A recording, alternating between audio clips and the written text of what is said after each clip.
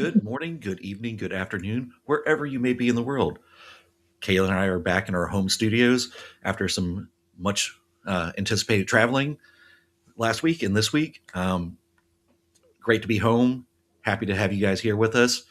And speaking of travel, if you are going to the Anti Summit next week in Dallas or later this month to RSA, come find me or Kayla. We're both out there and we'll be doing some cool stuff and might even end up on this show. So that would be pretty awesome to have you guys come join us. So, all right, enough about the stuff that we go through. This is Criticality Live presented to our folks at Secure Nation, where we cut through the noise, cut challenge assumptions, and talk honestly about cybersecurity. We have a truly amazing guest today. We always talk about, cybersecurity is always stolen credit cards and ransomware headlines, but sometimes it's truly about hospital systems, medical devices, data that doctors rely on when lives are on the line. So today's guest operates at the intersection of cybersecurity and health. So it's Joseph Davis, the Chief Security Advisor at Microsoft. He focuses on health and life sciences, where he works on healthcare and research organizations around the world to help defend some of the most critical and sensitive data in existence. With decades of experience spanning cybersecurity leadership, risk, privacy, he brings a perspective shaped by the realities of the healthcare security, where failure isn't inconvenient, it's a matter of life or death.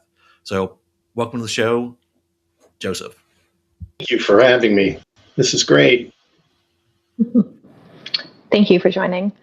So, I just had a really quick question for you. I was reading through some of the posts online, which, by the way, if you're on LinkedIn, please, comment to us live. If you have any questions, anything in particular, we love to have that type of input. So please chime in. But one of the things that you mentioned, and it scares me a little bit, is agentic AI when we start talking about healthcare. So I hope today that we'll be able to dive into that a little bit, because I am a bit on the more conservative side when it comes to AI in healthcare. And we had a previous guest who talked about having the tech inside their body. I forget what it's called. So I am actually really excited to have you here today and to get your thoughts on those things. Great. Right. Would you like me to start out talking about agentic AI in healthcare? We can do that. Oh, that's all right, Josh. Sorry, I didn't mean to cut you off. I just got really excited. Yeah. So we'll get to the agentic AI in just a little bit. First, we kind of want to set the stage a little bit. So we're going to talk about leadership and some technical stuff later. But before we get there, I want to start with the kind of human side of the story, rewind to the beginning. And what first pulled you into security? Was it a curiosity, opportunity, one of those moments where you saw a problem nobody else was paying attention to, and you went, I can do that. I got that. Well, I recognized the problem with telephone control planes early on when I was a kid, and the fact that they were really publicly accessible control planes. And if you think about the history of phone phreaking, it's really just your average consumer getting on the phone and putting in frequencies that the phone company never expect you to use to access their control plane, right? Their administrative interface. So that's really what brought me into it. And then I moved from that to bulletin board systems to the early stages of the homebrew stuff, but took kind of a side journey off to medicine, but really didn't think it was for me. A lot of years went into that, but then I made a change in the 90s, and I decided I want to focus more on my first love, which was IT systems, what was then not called cybersecurity, but just basically trying to understand systems and their vulnerabilities and their weaknesses, so that they couldn't be exploited by those that want to bring us harm. Yeah, I definitely commiserate with the looking at the phone systems of phone phreaking. I did, in fact, as a kid, have a Captain Crunch whistle that I will neither confirm nor deny that I may have misused on the routing systems for that. And obviously a reader of the 2600 magazine series. For those of us who've been around and maybe have a little gray in our beards, it still exists. You can still get it. You can actually get a subscription to it from Amazon on Kindle. Yep, Oh, that's right. It's always very, very interesting. And honestly, things haven't changed since then, all that much. It's 90%, maybe 80%. Some can argue social engineering rather than exploitation of technology alone. If you think of the largest types of most familiar breaches that we're aware of, the introduction of ransomware, etc. We have basically threat actors are logging in. They're not necessarily breaking in through protocols the way they did in the early 2000s, right? No one's, well, I'm not saying no one, but it's much less likely for them to kind of scan your DMZ to see if you have weak protocols and then go after those weak protocols and exploit them and just jump from one machine to another until they get into your inside network. Now it's impersonation. It's all about, hey, I have the person's username, I have the person's password. Basic auth is the only auth that this application takes. There's no MFA, no phish resistant MFA, and I can get right in this way. you're making me feel really young. Sorry, I'm just gonna put that out there. I have no idea what you guys are talking about. I think I missed that, but my path was not a technical one into these roles, so I think that makes a bit of sense for why I'm a little out of the loop on what you're talking about there. Um, but I had a question, Joseph. Like early in your career, was there a moment where you realized that cybersecurity was going to be more complicated than people thought it would be? Like a situation where the theory and the real world didn't quite line up for you? Oh, absolutely. I want to say right around the time I got into IT, and it's funny. I worked operationally. Of course, yeah, I had to start all over again. My career, I started at a help desk at a bank, and then simultaneously, because I was basically eating ramen, I had no money. I got a job at IBM where I was doing all kinds of internal support for different organizational units within IBM. But it always occurred to me that this is going to be cybersecurity, as we call it today, is going to be a major problem. Back in the day, most executive leaders would, when I have a conversation with them, they would reply that, well, we're neither a bank or a government entity. So there's really nothing hackers, back then it was hackers, they were always afraid of hackers. There's nothing a hacker would want on our network. They just kind of push it off. It wouldn't really be a huge concern. But then we started to see, worms start to creep into the environment and hold up production, and all those, viruses and that infiltrated, messaging systems and so forth, and got a little traction for those companies that were affected by those incidents. But it took a long time. I think it really I think probably around 2005, 2006, we started to see some large organizations experience trade secret theft. And I think Mm. that more than ever, including, operational interruption and so forth, but that trade secret theft really got their attention because those were nation state threat actors that were looking specifically for trade secrets so that they could reproduce or counterfeit a product in their market and export it into our market. And that becomes very, very tricky when you start to talk about medical devices. Um, it was a primary concern of the medical device company I was working with. The primary concern of the executive leadership was what if scenario. We saw some of our counterfeit products showing up in trade shows, the marketplace, etc. But what if it caused patient harm and the FDA came back and said, hey, we got an issue of recall on this particular thing. And we turn around and we're now in the position of getting ourselves out of jail. No, that's not our thing. Well, whose is it? Why is it in the marketplace? How did it show up? And then it becomes kind of a joint effort to figure out its lineage. And then that's just not something we wanted to be pulled into because it's almost double jeopardy, right? You're going to be responsible for something you didn't create. And then at the same time, you're going to have to explain why and how that device got into the marketplace without your approval and why it has your logo on it. I think, at least from my perspective, in that space, that's really what got everyone's attention. Yeah, I think that's a very interesting kind of thread to pull on because there's always a you know dynamic of which way do you go when you have this new thing that you want to do. Are you going to go through and try to patent it? But when you patent it, then it becomes publicly identifiable. It's out there, Mhm. and then you have you know folks who will make the very cheap knockoff product in China and send it over, but potentially with your logo on it. Or do you try to keep it just as a trade secret and then keep that to yourself, but then have to worry about things like what you're talking about, nation state actors doing, you know, true corporate espionage, trying to get that and then still doing the same thing.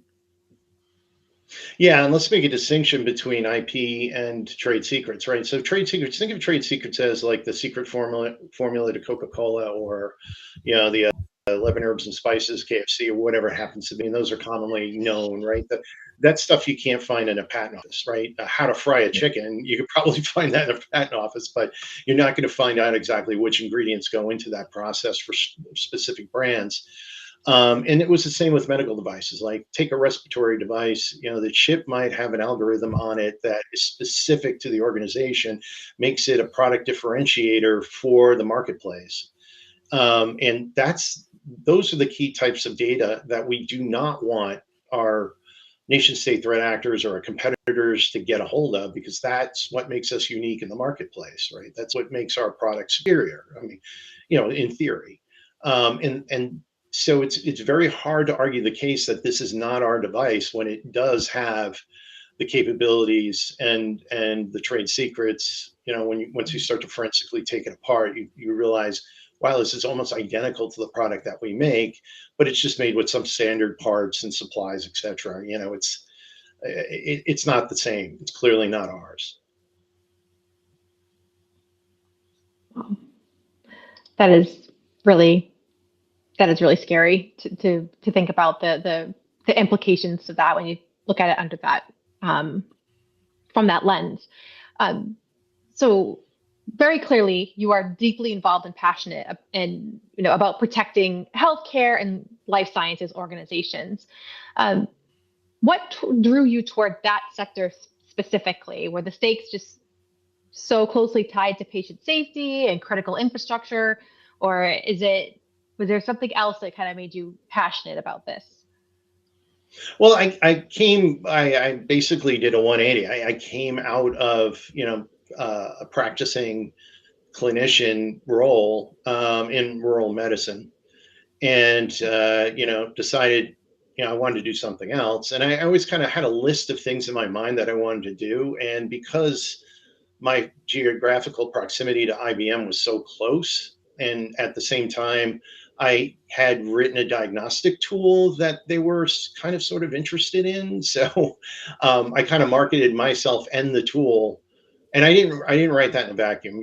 I had a partner in crime, who was also a physician and a physiologist, actually, and we were really shunned by the medical community back at that time, because their fear was, much like today, that this algorithm would kind of replace them in the diagnostic practices. And we were very, very adamant about, no, you keep a human in the loop. This is to help you with your decision support.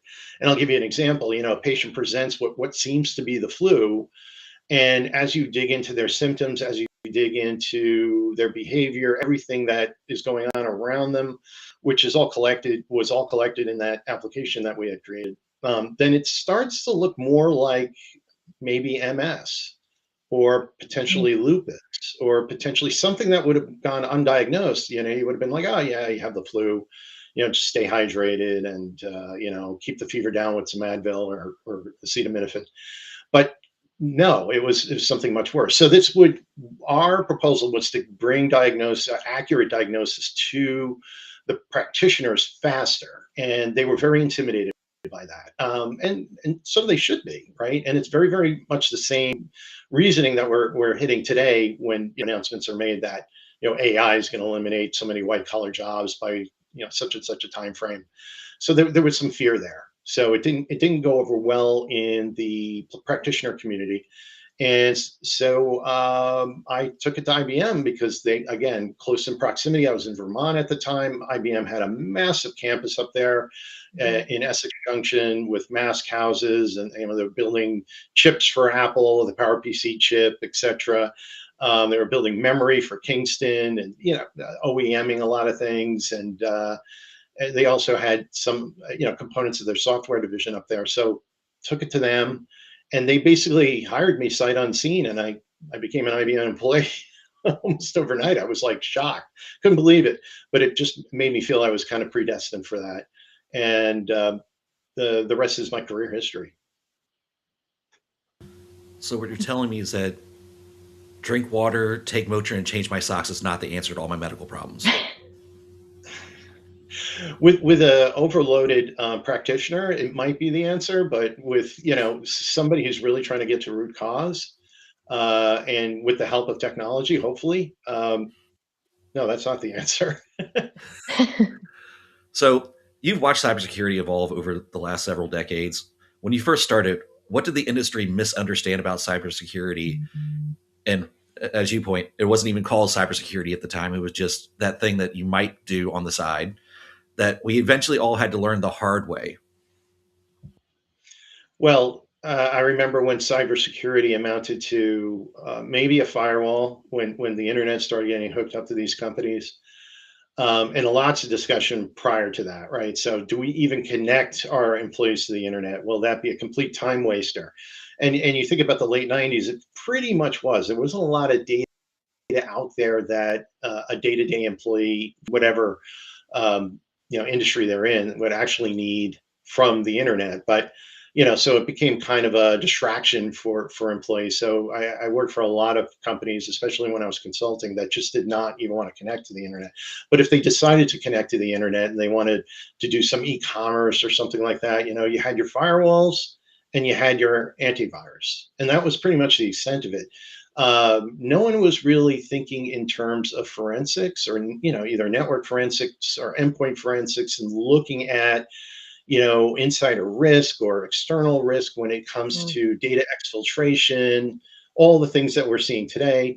What I would say what got most industries' attention were those destructive worms that were happening in the beginning, the late '90s, the beginning of the 2000s, that would kick everybody off of VPN because of all the traffic. So your field sales teams couldn't get back into corporate to do the work that they needed to do. Your CEO who was traveling somewhere, Singapore or something, couldn't access his email or her email.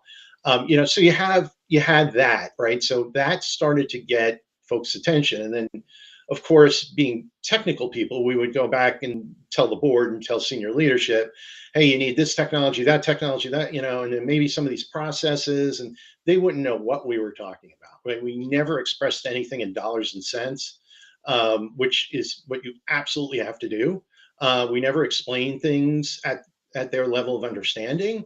It would almost be, I mean, if you reverse the situation, it was almost like them coming at us and asking us all kinds of MBA questions, because we were technologists, we didn't know. And that's really, I think, where the rubber hit the road, especially when you saw companies like EMC get hit, Target get hit. I know that was, or TJ Maxx, sorry, not Target, but TJ Maxx get hit. I know that was PCI DSS issue, with credit card information, etc. But those things started to get into the news. So boards started asking company officers, "What do are we susceptible to any of these risks? And how much would these risks cost us? And how much does it cost to kind of pay down these risks?" So the likelihood of them happening would be much, much lower. Well, the answer is always very, very complex, but you want to make it as easy as possible for the folks that are actually funding it, right? And as accurate, because going back to the well is never fun. Yeah, been there. um, you know, Speaking of your roots, as Josh mentioned, wanting to cover that off a little bit. If the Joseph Davis, who was just starting out in cybersecurity, could see the industry the way it is today, ransomware, AI, continued nation state threats, what do you think would surprise him the most? There'd be very little surprise. I'm never surprised about how the threat actors and the criminals really take advantage of the weaknesses of the system. I think what really disappoints me rather than surprises me is that um, stakeholders and security leaders tend to get wrapped around the axle about the bright shiny object, and right now that's quantum and AI. Everybody goes, "Oh, quantum and AI," but my repeated, and this is through the years. This is back when iPhones hit the scene. This is back when virtualization hit the scene. This is way back when the internet started to hit the scene. And then the cloud. Forget about it, right? So all of those new technologies, those new ways of compute scared the living out of the security leaders. But I'm like, look, if you have a set of fundamentals, identity governance, data governance, you pretty much covered 90% of the bases, right? Like, you're doing modern auth, you're really good, because many of the attacks are thwarted by modern auth, like fish resistant MFA. If you're still using username and password, even if it's on your manufacturing line, you better microsegment that thing like crazy, or wrap it with a modern auth proxy, right? And Mhm. and don't let anyone beyond that proxy if they're doing basic auth. The other thing is just understand your data flows, right? And God forbid, we got to actually talk to our business and how they do business. So Yeah. understand your business, understand why John Doe or Jane Smith has access to this data and is copying it to Dropbox. Maybe they're sharing it with a third party, and they're supposed to do that because that's their job. Or maybe they're just itching to start their own company, and everything they've engineered while during their tenure at this particular company they want to take with them, and move to a different country and start another company. So it's those understanding where the data is flowing, understanding the criticality of the data. This data doesn't matter as much as that data. At Microsoft in the Mhm. past, we've said you got to separate the paper clips from the diamonds, right? What's really going to have a financial impact on your operations? What's really going to have a financial impact on your ability to compete? Those types of things. So you have to think like a business person. It's so funny. The question you asked is something that I worked for a company called BBN, and I would assume our audience probably doesn't know what BBN is, or what its big place in the history of the internet was. But they're the company in 1968 that engineered the very first packet switching router, and had been involved in helping to create technology to make the internet possible for years and years and years before the 90s, where we had dial-up AOL, right? And they had one of the biggest ISPs around at the time. But I worked for them as they transitioned to a company called GTE Enter Networking. And when I got hired, I had no idea they had a bunch of other security researchers like me that were already working for them. So I would sit around and lament with the likes of Mudge and Weld Pond and others that work there. Hopefully, I'm not saying anything out of school. And we would go down to the ground round at the Pond Circle there in Cambridge when it existed, Cambridge, Mass. And we would just have a beer and go, when are senior leaders going to see the light? When are they going to be convinced? What's the convincing argument? What's the critical point where they're going to change their minds and go, we're not going to be able to survive if we do nothing in this space? So there are two things that you said there that really stuck out to me. One is the ground round, because I live in Massachusetts. I live in Franklin. I grew up here my entire life. And I started to think the ground round didn't exist. Like, I have birthday party pictures there, and nobody else has ever heard of it before. So I feel extremely validated right now, because I really didn't know that anybody else could remember it. So thank you for that.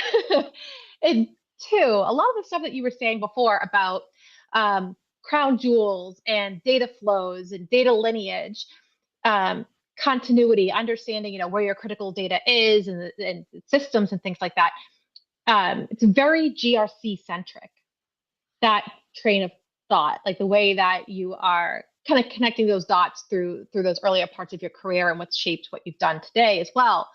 And having spent decades in this field, building programs, advising executives, helping organizations, think about risk at that strategic level, which I think GRC is very strategic. Right. That could be a whole separate conversation, but that I come up from GRC, so I think it's very strategic.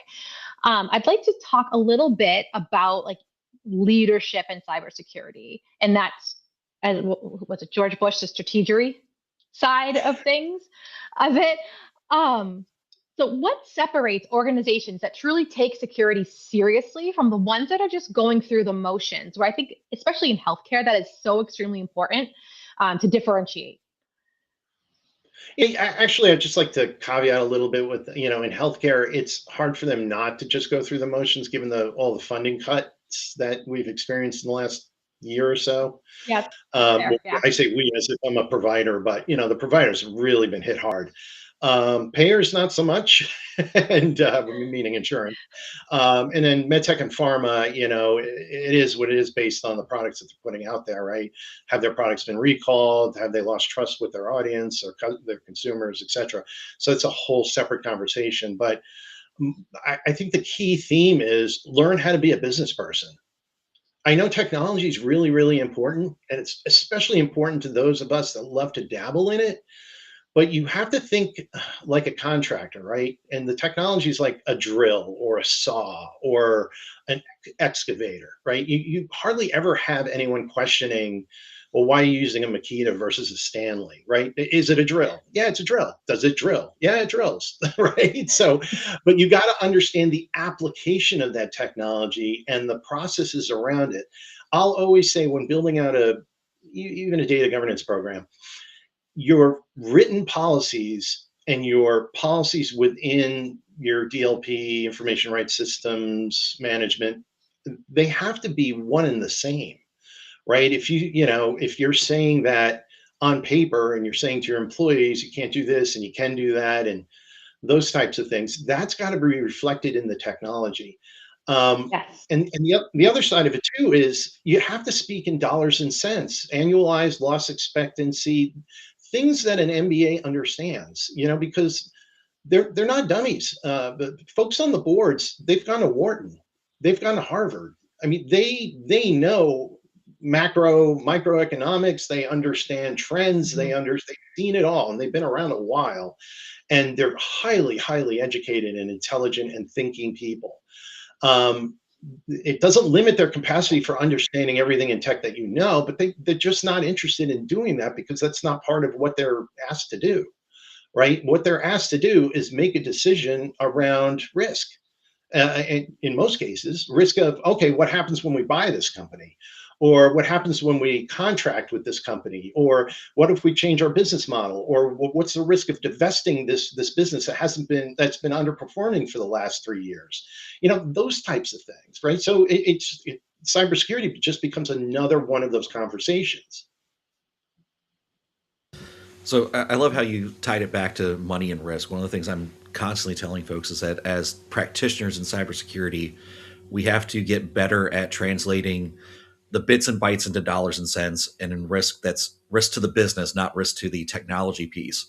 So kind of going along with that, from your perspective, what does a healthy security culture looks like in a large organization? How do we get practitioners to understand business in a way that they can talk to it, that the MBA from Wharton understands it? Yeah, and well, I want to say, if you fast forward, you asked me kind of two questions there. Like, if you fast forward after the MBAs from Wharton understand it, and the board's on, in line with whatever you want to do, the CFO's in line with whatever you want to do, your immediate boss. And I was lucky enough to work like dotted line to the CEO in one of my roles, which was phenomenal because he was a get it done kind of person, just like I am. And so let's stop talking about it. Let's just kind of go ahead and do it. If you know what you're doing, fail fast, do it. Right. So anyway, beyond all that, the culture's got to come top down. Right. So you've got the buy-in, because you're going to have to get the buy-in before it comes top down. So if you look at what Microsoft has been doing, Satya got up and said, security is number one. If you have a choice between doing XYZ product improvement or enhancing the security of that product, you enhance the security. That's what you do first. Yeah, and everything else comes second. And that culture was really emphasized within the last several years at Microsoft. And that culture needs to be emphasized in almost any organization. It doesn't just have to be a tech organization. It's any organization that's competing in the world marketplace, any organization that provides life-saving, technologies to patients, etc. Aeronautics companies, etc. Safety and security have to be the number one thing, and right down to the sales team, they have to be thinking about that all the time, and that's what really permeates a culture. So that when, like, I always elected data stewards in my my data governance planning. I created liaisons with the business. The business people know their data better than anybody, right? They know their little enclave of data, and we want to know what they know, so that not so that we can make decisions over it, but we can give them the appropriate level of protection based on what it is and how it enhances the company's performance. And at that point, it's all about diplomacy and outreach to the business. And I'm talking as if I was never a technologist, and I don't get into the weeds. Like, I'm currently training my own model, like a local model. So, and I have an HP workstation and everything else I have a GPU rack, the whole thing. I could talk tech until the cows come home, but that does nothing for business leaders that need to make a decision now about what to do. Um, I know I keep repeating the same theme, but I can't drive that home more. I just heard recently of a CISO that goes back to their board. I'll say their board, and they go, "Oh, our NIST score is a 5." Now, can you imagine being on the board and saying, first of all, what is NIST, and what does a 5 mean? Is a 5 great? What is that out of? Is that out of 25, or is that out of 5? I mean, I know. Yeah. I kind of summing it up, but no, that's not how you communicate to the board. But I think that's like the perfect segue to my next question, because I wanted to ask you, when you are speaking to a board or to a CEO, what are you focusing on that these technical teams sometimes miss? Because obviously the vernacular, we covered that, right? The way we speak has to be business. But are you then, as obviously we have our own type of metrics and KPIs, KRIs. Are you translating those? Is there a certain approach that you take? Like, what does that look like? Well, if the argument's already been won and we've gotten the green light to go ahead and we've got the funding, we spend the money on the staff, spend the money on the outsiders that need to come in and help us, whatever it happens to be, the training, the end user training, which, by the way, everybody seems to forget when they deploy big systems like E5. They go, "Oh yeah, the user will just figure it out." You're never going to get the best of, you're never going to get the best bang for your buck if you just kind of just deploy it and go, "Good luck." No, you've got to train your users on, how to use this stuff and why they're encountering this stuff. But yeah, I would say, it's really, really important to, think about how you're coming across to board members, people, stakeholders, people that, hold the purse strings, etc. If they have additional questions behind the scenes, that's fine. You can't take a board meeting, and turn it into a technical discussion and teaching them what AI is and what the risks and rewards could be. I mean, that's got to be a sidecar conversation. That can't happen there. And just being able to have that conversation, to break it down in the most simplistic way you can, without going into rags and small language models and large language models and data sets and all. No, talk to them about what the thing does and what the potential this could be, and this could be of data exposure, etc. But also, give them the silver lining of here are all the controls that can be put in place that can reduce the risk of these things happening. And in the very beginning of our conversation, we talked about being, agentic AI and its use in the healthcare industry.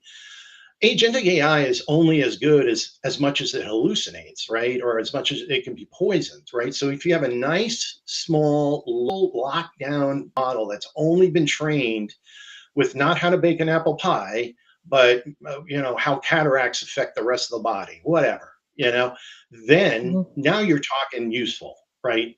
But when it's like it's open to the internet and it can pull down all kinds of health conspiracy theories from TikTok, Instagram, and Facebook, and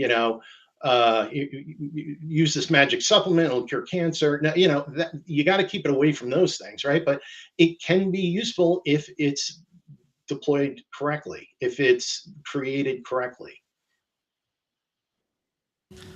So that's a great lead into, healthcare, unlike a lot of other sectors, has incredibly high stakes, be it, someone getting in and manipulating a IoT internet connected insulin pump, or what we've seen happen in Germany when they had a ransomware transferring patients to another medical facility that end up dying en route because medical care couldn't be received fast enough, or even, going on to chat GPT and saying, is this mushroom safe to eat? Sure, totally safe to eat. It was not safe to eat.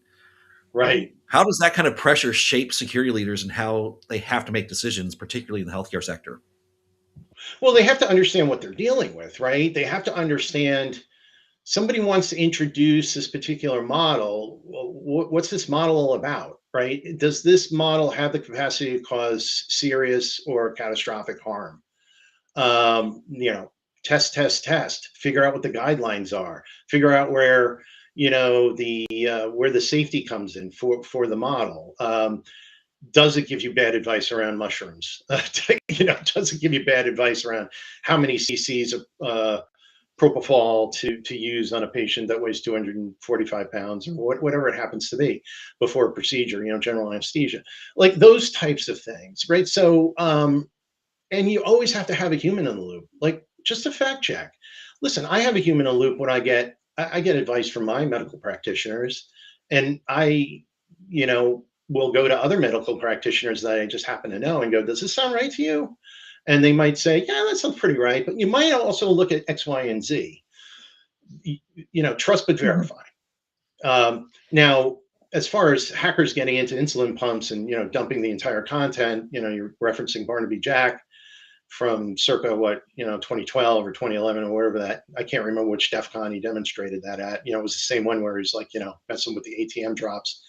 Um, yeah, I mean, those are important, but as far as risk is concerned, they're very low because there's not a lot of financial gain in doing that. There might be for the CIA and the NSA and whoever, the spy craft out there. I want to kill a world leader. I know he has a pacemaker.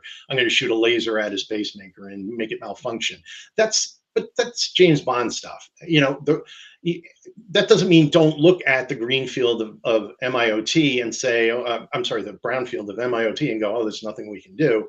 Now, I mean, yeah, you still have to focus on these things. However, it's the big ticket items are what you mentioned about Germany and the ransomware attack, and having to transfer patients and all of that. Shout out to doctors Tully and Damith out at UC San Diego, who are all over this. They have kind of a playbook and a emergency kit for those rural hospitals that get hit with ransomware, so that they can continue to take cardiac patients while the ransomware attack is happening, because we don't have an NTSB around how many people have died in transit because they had to be redirected from a facility that was under a ransomware attack or some other type of operational attack, right? And those are the kinds of things that actually kill people, on a daily basis. So we really need to take a look at that, and then also think about, well, maybe those rural hospitals don't have the best business advocates, if you will, on their team to go back to their boards and say, hey, we need money. And maybe the board doesn't even have money. So maybe they need external support from, industry experts and then also maybe philanthropic support to get the right protections in there so they don't have to turn away patients, or they have a big magic red button that they can press for resilience, right? I think resilience is something that, never comes up in conversation when we're trying to sell XDR, because we're trying to sell, left of bang. We're not selling right of bang, right? But what about, hey, okay, you're going to get hit ultimately. What are you going to do about it? Do you have a playbook? Do you have automated, processes in place? Do you know who to call? Where's the RACI? Is everybody Mm. informed? Have we done tabletops? Do we know what's going on? Do we have do we have cyber insurance? Do we have a contract with an incident response team? All these questions, right? And making sure that you have a robust response to these things when they happen. It's like, living in a world where you expect there to be no earthquakes and no hurricanes. Well, it's gonna happen. Prepare for it.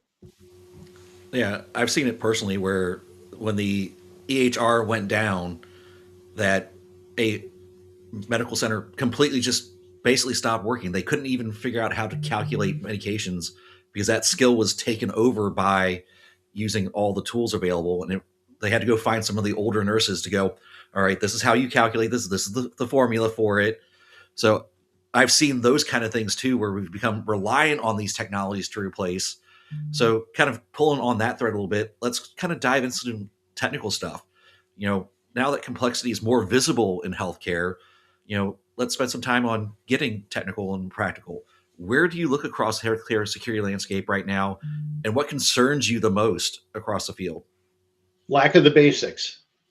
I mean, stuff we should have done 20 years ago, 25 years ago, and the technology was around to do it. It was primitive, but you could get it to work, because I did. And it's doing the basics and explaining why the basics need to be done before you do them, and tying them to a policy, a good, nice policy that will keep you out of court, out of jail, etc.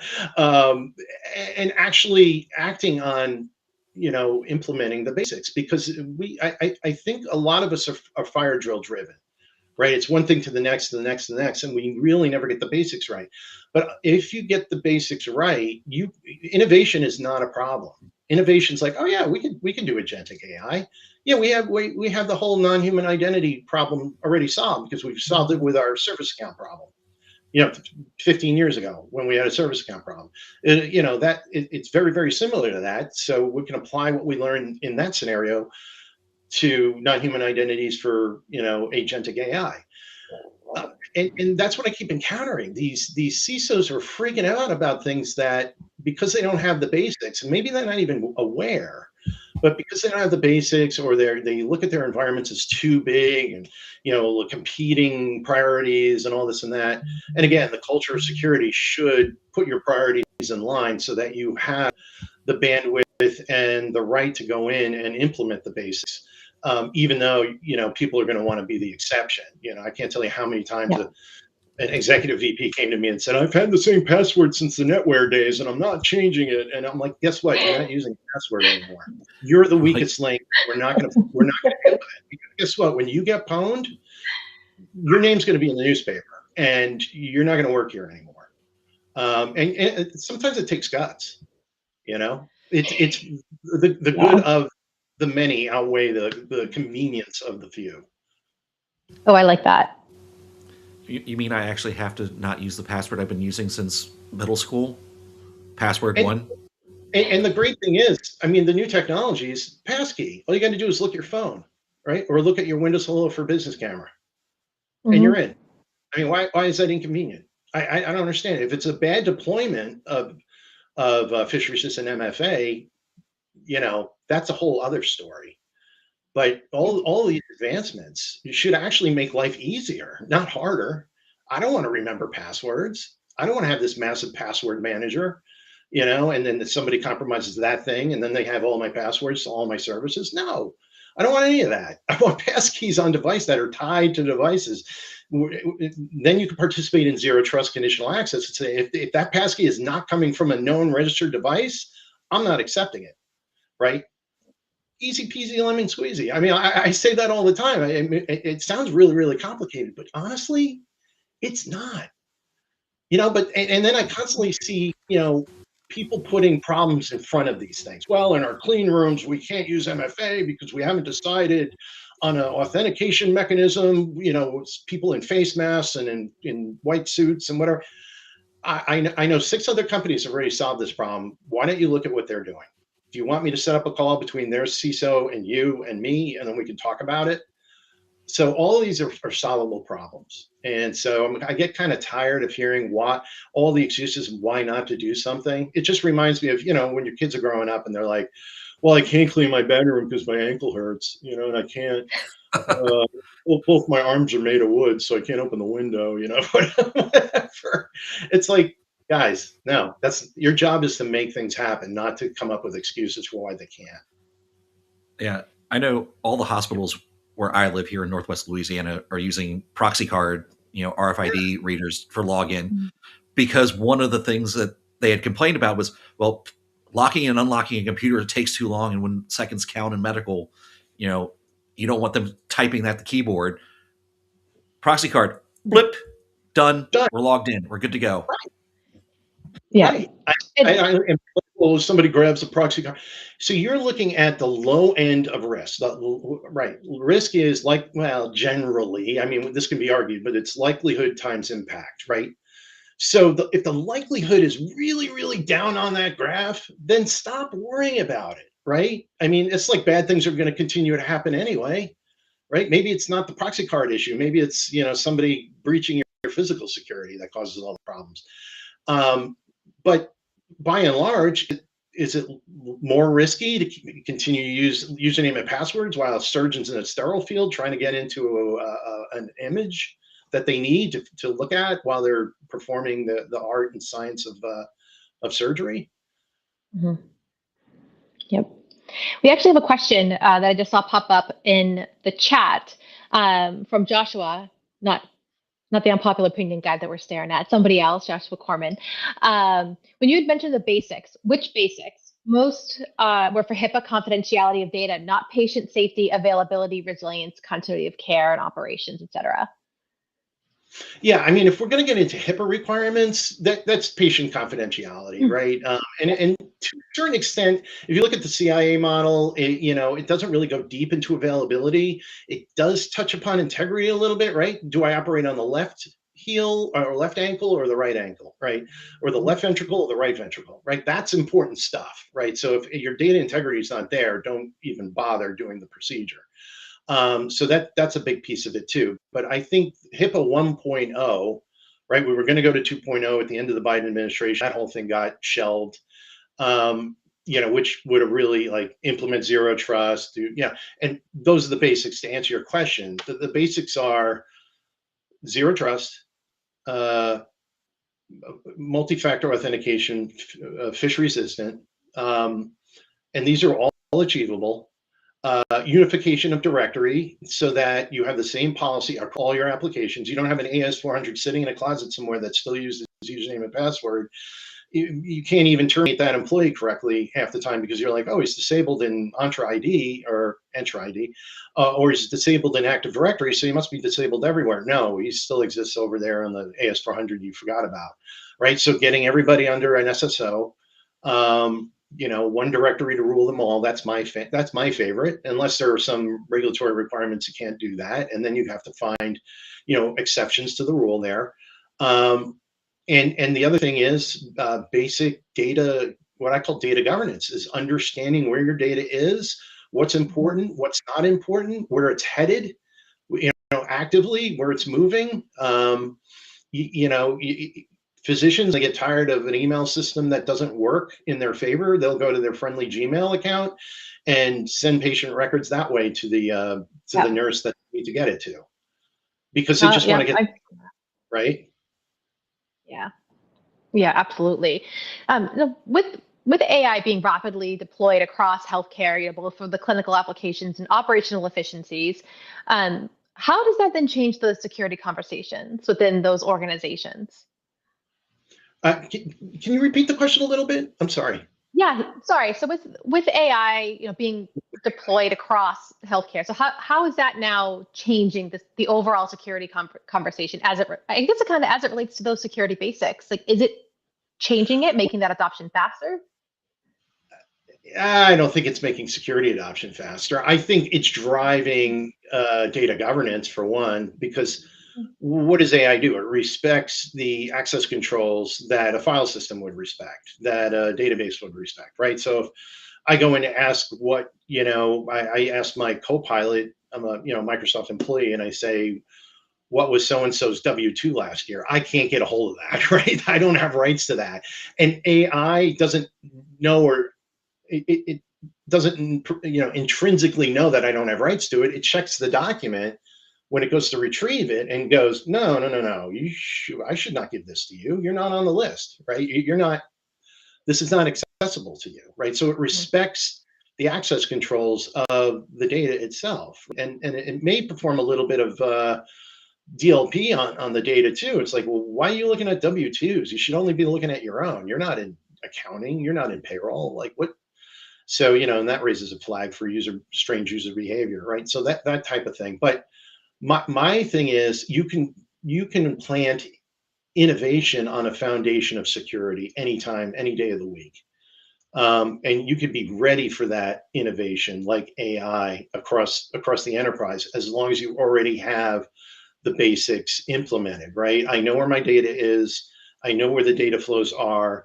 I have a bunch of users who are not over permissioned, right? When they moved from being, a radiology clerk to a OR tech, we changed their permissions, right? We made sure that we were following that chain. So good lifecycle management around identity, no over permissioning, those types of things. Again, they're the basics. It's the same stuff we needed in 1995, right? You didn't want your employees to have the keys to the kingdom then, and you don't want them to have it now, right? And it's just exposed in a more rapid pace through AI if you get it wrong.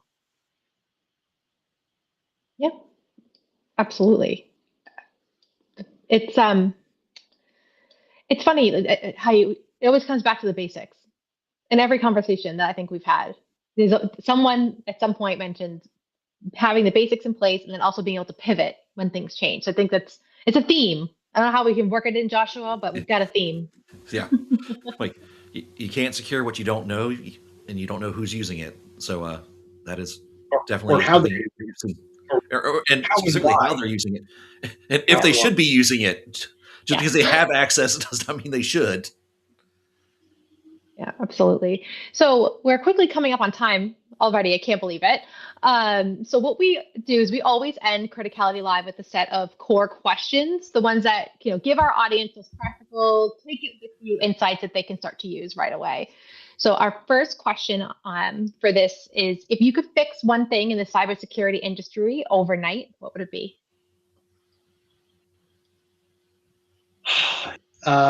Changing the mindset, like changing the culture and changing the mindset based on the industry these companies are in, these enterprises. Like, let's start taking this very, very seriously.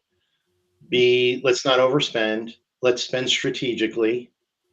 Let's understand the problem before we start throwing technology at it.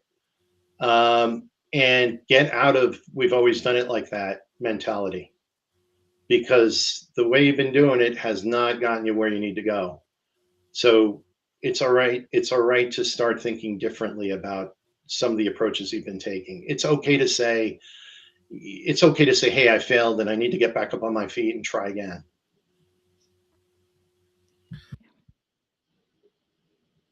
Oh, Josh, you're on mute. Why am I zooming? So for me, my question would be, what's a practice, it can be technical or culture or a combination of the two, that you wish that organizations would just stop doing immediately because it's dumb? Oh, God. We don't have enough time for that. Just basically blaming the CISO for all the problems that exist. And it's almost like the administration. You get 4 years with them, right? And it's like, oh, after 4 years they're out, and the next one comes in and it's got to start all over again. Don't make every little argument a divorce situation, right? So like, it's got to be, allow people to screw up, recognize their mistakes, recognize where controls were in place where they needed to be, and then double down on those controls so that those mistakes don't repeat in the future. Don't throw the baby out with the bathwater. The worst thing you can do is take a very experienced CISO and say, well, they're the ones that let it happen, because usually the answer to that is a lot more complex, right? They haven't gotten around to talking to that business unit yet. They had no idea there were 15 Citrix servers using basic auth straight to the internet, and that's how they got a threat actor into their global, enterprise network environment. So everything is very, very nuanced. So to basically on paper have the CISO own all risk, silly, really, really silly. Businesses have to take responsibility for their own areas of expertise, their own areas of Yes. Yeah. manufacturing or finance or HR, right? I remember being called in on a real quick, called in on a hair on fire situation where HR had a SharePoint site and they didn't have any controls around it. They just opened it to everyone full control, right? And of course, you index it and people are doing searches and they come across, oh, well, look at Bob's performance review from last year. Wow, that's interesting. And once it came to light, like everybody freaked out and came to me and went, why is this happening? Like, well, because we didn't have a culture of security. The people that set this SharePoint site up did it without anybody's input and didn't do it correctly. So we need a culture of security here. We need training, and we need, if people are going to use these very destructive tools, I mean, they can be very efficient, but they can also be very destructive, just like a gun. You got to know how to use it, right? And or a knife or anything else, right? That could be destructive. So I think if we stop blaming the CISO and start all a culture of security, and we're all in this together. Once maybe CISOs start to explain the problem appropriately, I think that's when things will get better. Yeah, I agree with that. And being in the seat, I completely agree with that from that side too. So for our listeners that are out there who want to follow your work and reach out to you, what's the best way to connect with you? I think LinkedIn is probably best. I mean, I have the world's simplest name. So if you just type my first last name and the word Microsoft into your LinkedIn search, or even in your Google search, you'll probably see my LinkedIn profile. And I pretty much let anyone reach out to me on LinkedIn. It's not like, oh, you have to have my email address, this, that, and the other. You can follow me. You can connect with me. You can actually schedule a meeting with me. There's a URL on my LinkedIn profile that does the booking tool thing through Office 365. So yeah, just if you want to connect with me, that's the best place to do it. Great. All right. So before we let you go, do you have any final thoughts to leave our audience on cybersecurity leadership, resilience, going into 2026? What's there to be optimistic about? Well, besides the optimism, the optimism falls within, hey, we have the technology to do this. It just needs to be deployed completely and correctly. I can't tell you how many times the customers called me in the middle of their deployment going, oh, we found this problem. There was an incident. And then you're like, are you completely deployed with that particular technology? Well, no, it was an unregistered device and it wasn't running Defender and it didn't have Purview on it. And I'm like, well, what did you expect? You're standing in the rain without an umbrella. You're going to get rained on. I mean, that's just what's my advice to you is accelerate your deployment and accelerate your training. But I think my advice to all CISOs out there or all security leaders, even architects, right? Know your business as well as your technology, right? If the company decides to hire somebody out of oil and gas and make them the CISO of a pharmaceutical company, there's going to be a knowledge gap, right? They're going to have to start to learn what a pharmaceutical company actually does to make money, right? Send them to classes, learn as much as you can about the business, figure out who your stakeholders are in the first 90 days. That's super important because you're never going to affect change in a bubble. It's not going to happen. I love that. That's great. Thank you so much for those insights. Well, that's a wrap on this episode of Criticality Live. So huge thanks to our guest, Joseph Davis, and an even bigger thanks to you for hanging out with us and being a part of this growing community of leaders who are done with the buzzwords and ready for real conversations. If you got value out of today's episode, hit that follow button, share it with someone who needs to hear it, and drop us a review here on LinkedIn, Spotify, or on the on-demand YouTube channel. It helps us more than you know. And of course, a huge shout out to our sponsor, Secure Nation, for powering this conversation. They're helping organizations defend smarter, respond faster, and make cybersecurity something that actually works. So go ahead and check them out. And this has been Criticality Live, where we cut through the noise and get to what really matters. See you next week. Thank you.